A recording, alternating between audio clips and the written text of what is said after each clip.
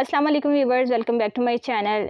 तो हमारा जो सिलेबस था आई थिंक 5th सेमेस्टर का मॉडर्न पोइट्री का कंप्लीट हो चुका है। तो आज से मैं डिस्कस करना स्टार्ट करूँगी लिटरेरी क्रिटिसिज्म 2 को, जो कि जिसमें टी.एस. इलियट का ट्रेडिशनल इंडिविजुअल टैलेंट और मेटाफिजिकल पोइट 2 क्वेश्चन है जिन्हें हम कवर अप करने जा रहे हैं। ठीक है, टी.एस. इलियट की बायोग्राफी आप लोग अगर यहाँ पे पढ़ना चाहें तो पढ़ सकते हैं। T S. Eliot was an American British poet, essayist, publisher, play writer, literary critic and editor. He was born on 26 September 1888 and he was died on 4 January 1965.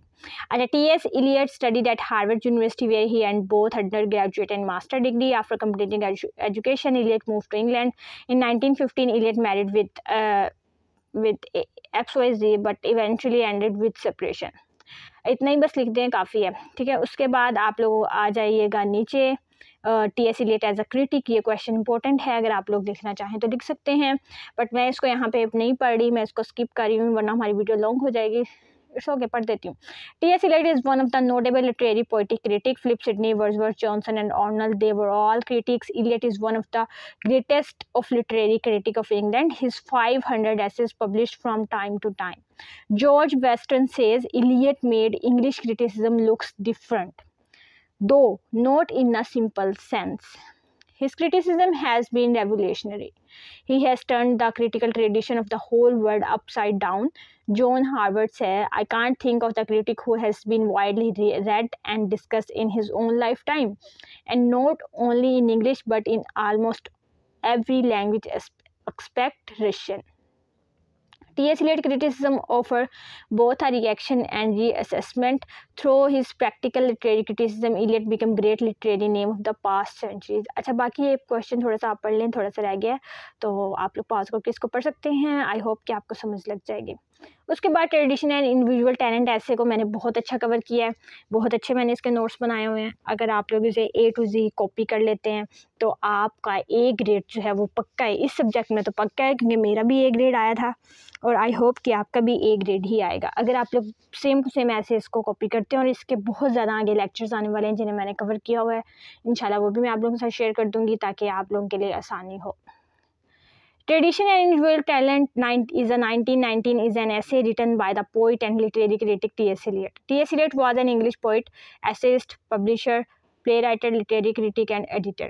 This essay was first published in The Egoist 1919 and later in Eliot's first book of criticism, The Sacred Wood. Tradition and Individual Talent is a well-known critic's essay that shows the relationship between the poets and literary tradition. This essay is divided into 3 parts: the concept of tradition, the theory of impersonality, and conclusion. The concept of tradition. Eliot begins this essay by pointing out that the word tradition is generally regarded as a word of censure, censure. It is a word disagreeable to the English ears, also disapproval of something. ठीक है, इसका मतलब ये होता है when an English poet receives praise, it is usually for the individual and original features of his work. ठीक है, English poet को अगर प्रेज किया जाता था, उसकी तारीफ़ की जाती थी तो इसलिए की जाती थी कि उसका वर्क जो होता था वो इंडिविजुअलिटी पे बेस करता था, ओरिजिनल फीचर्स को यूज़ करता था। ठीक है, this type of praise is a wrong thing according to T.S. Eliot. अब जो T.S. Eliot है वो कहता है कि ये जो इस तरह की प्रेज है ये रॉन्ग है। वो कहता है कि if they examine analyse the work seriously and objectively, then they will realize that the best and most unique part of the poet works is that in which he shows the greatest effect of the previous poets, like dead poets reflection. जो T.S. Eliot है वो कहता है कि एक work अच्छा तब हो सकता है अगर हम उसको एनालाइज करते हैं ऑब्जेक्टिव तौर पर, और एक वर्क अच्छा तब होगा अगर वो किसी प्रीवियस पोइट का जिक्र करेगा अपने काम में, लाइक डेड पोइट्स को। Tradition and individuality goes together. Tradition is a matter of much significance. It can't be inherited, and if you want it, you have to work hard. It involves in the first place the historical sense. No poet, no artist of any art has his completing meaning alone. His significance, his appreciation is the appreciation of his relation to the dead poet and artist. You can't value him alone, you must set him so for contrast and comparison among the dead. Tradition, according to Eliot, serves as a source of everlasting theme, forms and ideas that poets use it for the continual development of literature. Tradition can only obtain bye those who have the historical sense. Tradition सिर्फ वही लोग follow कर सकते हैं जिनके पास historical knowledge है, historical sense है। The historical sense is a perspective that identifies the literature in Europe from Homer today. आप लोग इस लाइन को अगर काटना चाहें तो काट सकते हैं, ठीक है। उसके बाद ब्लू लाइन देखें, पीपल जज on the basis of past V S present. Theory of impersonality बाद में फिर उसने दी ट्रेडिशन एंड इंडिविजुअलिटी के अंदर ही, जो सेकंड इसका पार्ट है उसमें उसने कहा the second part discuss Eliot's theory of impersonality. Eliot believes that Eliot says the artist must continuously surrender himself to something which is more valuable than himself. For example, the literary tradition. अच्छा ये line काट दें, आपने start कहाँ से करना है, यहाँ से। Eliot believed that poet must be disconnected from their personal feelings and experiences during the act of creation. वो कहता है कि जब भी एक पोइट कोई काम कर रहा होता है तो उसको चाहिए कि अपनी पर्सनल फीलिंग को साइड पे रखे। अगर वो सैड हो तो ये नहीं कि वो अपनी सैड फीलिंग्स को ही इन्वॉल्व कर देगा काम के अंदर। उसे चाहिए कि अपनी फीलिंग्स को साइड पे रखे, सिर्फ वो जो है एक वर्क को फॉलो करते हुए लिखे, ना कि उसके अंदर अपनी लाइफ के बारे में, पर्सनल लाइफ का इम्पैक्ट छोड़ दे। नहीं, उसको ऐसा नहीं करना चाहिए, उसे अपनी पर्सनल लाइफ साइड पे रखनी चाहिए। According to Eliot, poet should be an objective and depersonalized during the act of creation. मतलब कि पर्सनली उसे नहीं होना चाहिए कोई भी काम लिखते हुए अपनी पर्सनल लाइफ को ही डिस्कस करना स्टार्ट कर दे, डीपर्सनलाइज, ठीक है, होके उसको लिखना चाहिए। He must put greater and greater objectivity, his emotions and passions must be depersonalize, he must be impersonal and objective as a scientist. The personality of the artist is not important, the important thing is the sense of tradition. According to Eliot, poet has no need to express personality but a particular medium which is not a medium and not a personality.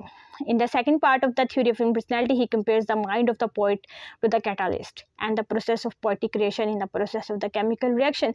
ये बहुत बड़ा इसका जो है वो note था catalyst का और केमिकल रिएक्शन का, लेकिन मैंने इसको बहुत छोटा कर दिया और आप लोग यही लिखें और काफ़ी अच्छे मार्क्स मिलेंगे क्योंकि कॉन्सेप्ट तो हमने क्लियर कर दिया है यहाँ पे। Just as chemical reaction take place in the presence of the catalyst alone, so also the poet's mind is the catalyst agent for combining different emotions into something new. The emotion of poetry is different from the personal emotion of the poet.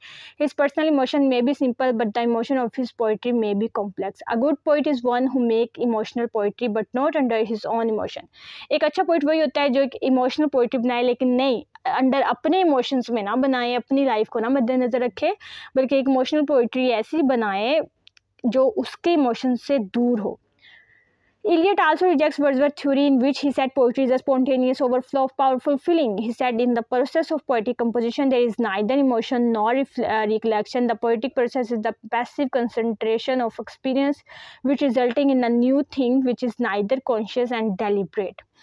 Poetry and escape from personality and personal emotions. Conclusion में आपने जैसे ये लिख देना है, poetry is not flow from emotions but an escape from emotions. It is not the expression of personality but an escape from personality. Thus, Eliot doesn't deny personality or emotions to the poet, only he must depersonalize his emotions. I am done with this question. Next part में हम discuss करने जा रहे हैं T S. Eliot का ही metaphysical poet by T S. Eliot, तो उसमें भी इनका क्वेश्चन डिस्कस करेंगे। आई होप कि आपको समझ आ चुकी होगी। सो नेक्स्ट वीडियो तक मुझे दीजिए इजाज़त। सी यू सून। अल्लाह हाफिज़।